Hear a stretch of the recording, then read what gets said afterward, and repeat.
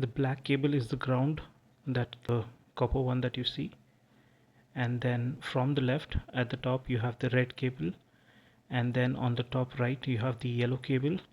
On the bottom you have to connect the white cable, and at the bottom right you have to connect the blue cable. The green cable you see is the power that comes from the amplifier, and the black cable is the ground cable that I have left on the switch itself.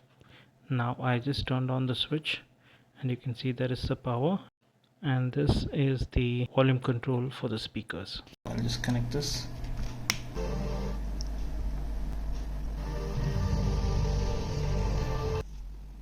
I've kept the volume low since it's 2:30 in the morning, so I connected this potentiometer inside an old power bank.